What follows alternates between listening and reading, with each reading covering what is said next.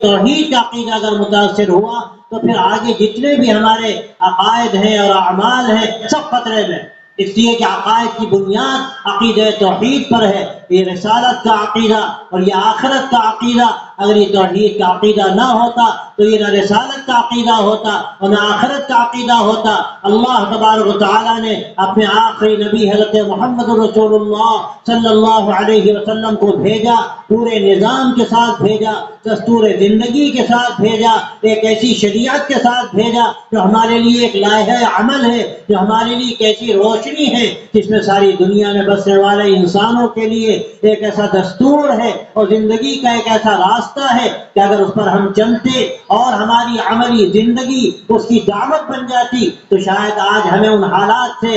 نبرد آزما نہ ہونا پڑتا اور حالات کا سامنا نہ کرنا پڑتا جو آج ہمارے سامنے ہے۔ میں آپ سے کیا کہوں، اگر آپ یہاں پورے ملک میں جائیے مختلف علاقوں میں تو آج صاف نظر آتا ہے کہ جگہ جگہ ایسے ڈاکو ہیں، ایسے خطرناک لوگ ہیں، شیاطین الانس آپ کہہ لیجئے، شیاطین الجن کہہ لیجئے، جو ایمان والوں کے پیچھے لگے ہیں۔ اگر اپنے ایمان کی حفاظت کا کام ہم نے نہ کیا، ہم اپنے گھروں میں اگر غافل رہے، اپنے کاروبار میں مست رہے، اپنی دنیا کے کاموں میں الجھے رہے اور ہم نے نہ سوچا کہ ہم کس رخ کی طرف جا رہے ہیں اور ہمارے ساتھ کیا کچھ ہو رہا ہے، تو اپنے ایمان کو بچانا ہمارے لیے انتہائی مشکل ہے۔ اور میں نے آپ کے سامنے قرآن مجید کی جو آیت پڑھی ہے اس میں اللہ تبارک و تعالیٰ یہ بات ارشاد فرماتا ہے کہ اے لوگوں اللہ سے ڈرو، اس کا لحاظ کرو جیسا کہ ڈرنے کا حق ہے، وَلَا تَمُوتُنَّ إِلَّا وَأَنْتُمْ مُسْلِمُونَ، اور دیکھو نہ مرنا مگر اس حال میں کہ تم مسلمان ہو، اس حال میں دنیا سے جانا کہ اللہ کا یقین ہو، تمہیں اللہ کی وحدانیت کا یقین ہو، اللہ کے ایک ہونے کا یقین ہو، اس کے متصرف ہونے کا یقین ہو، اس کے قادر مطلق ہونے کا یقین ہو۔ کوئی قادر مطلق نہیں، کوئی کام بنانے والا نہیں، کوئی شفا دینے والا نہیں، کوئی ہمیں روزی دینے والا نہیں، صرف ایک ذات ہے اللہ کی۔ اپنے آپ کو اس اللہ سے جوڑنا، اللہ کی محبت پیدا کرنا، اس کی قدرت پر یقین کرنا کہ سب اس کے کرنے سے ہوتا ہے۔ کوئی بڑے سے بڑا بزرگ ہو، کوئی بڑے سے بڑا اللہ کا نیک بندہ ہو، یہاں تک کہ انبیاء علیہ السلام اور سب سے بڑھ کر ہمارے آقا حضرت محمد عربی صلی اللہ علیہ وسلم، سب کے سب اللہ کے بندے ہیں، اللہ کے رسول ہیں۔ آپ نے خود فرمایا انما انا عبد اللہ ورسولہ فقولوا عبد اللہ ورسولہ، میں اللہ کا بندہ ہوں، اللہ کا رسول ہوں، تو کہو کہ اللہ کے بندے ہیں اور اللہ کے رسول ہیں۔ آپ صلی اللہ علیہ وسلم کے بارے میں یہ بات صاف کر دی گئی،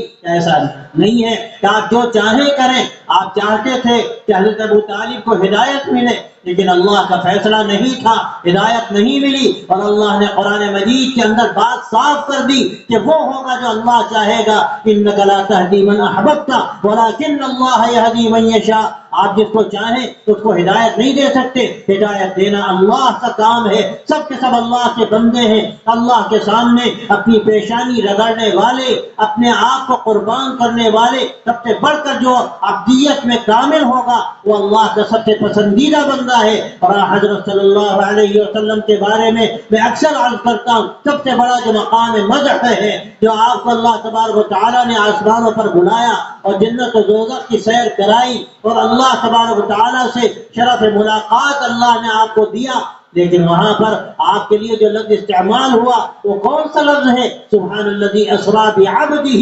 لیلا من المسجد الحرام الى المسجد الاقصى۔ آپ اللہ تبارک و تعالیٰ چاہتا تو خلیل کا لفظ استعمال فرماتا، حبیب کا لفظ استعمال فرماتا، یا اور کوئی بھی جو اللہ تبارک و تعالیٰ خالق و مالک کے الفاظ کا تو کوئی بھی لفظ استعمال فرماتا، لیکن یہاں فرمایا سبحان الذی اسری بعبدہ، وہ ذات پاک ہے، وہ ذات پاک ہے جو راتوں رات لے گئی، کس کو لے گئی؟ اپنے بندے کو مسجد حرام سے مسجد اقصی کی طرف۔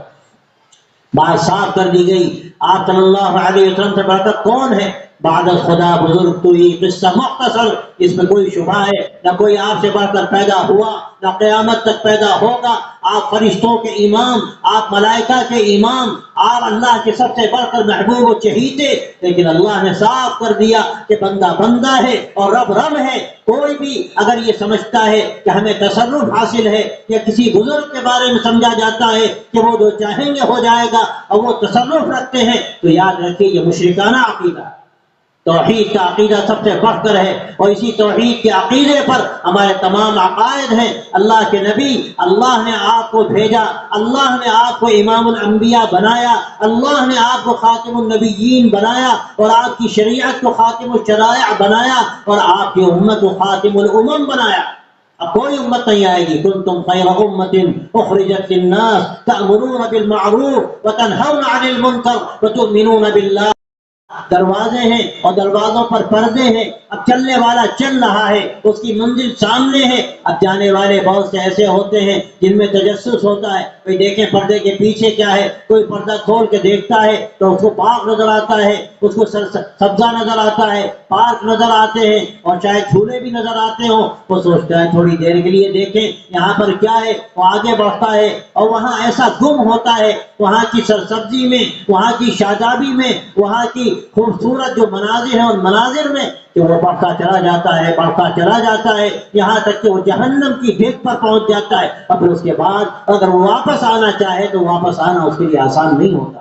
یہ دنیا کیا ہے؟ یہ دنیا یہی سرسبزی ہے۔ حدیث میں فرمایا سرکار دو عالم صلی اللہ علیہ وسلم نے، الدنیا حلوۃ خضرہ، یہ دنیا میٹھی ہے، اور یہ دنیا سرسبز و شاداب ہے۔ جیسے میٹھا آدمی کھاتا ہے، کھانے کے بعد شاید وہ تھوڑی دیر کے بعد کڑوا ہو جاتا ہے، جیسے ہی سرسبز آپ دیکھیں کہیں پر سبزہ نظر آئے، آپ جب قریب جائیں گے آپ کو نظر آئے گا کہ دور سے جو سبزہ نظر آ رہا تھا اس کا حسن نظر آ رہا تھا، جانے کے بعد وہ حسن نہیں ہے۔ اور پھر ایک تیز ہوا چلتی ہے، ایسی ہوا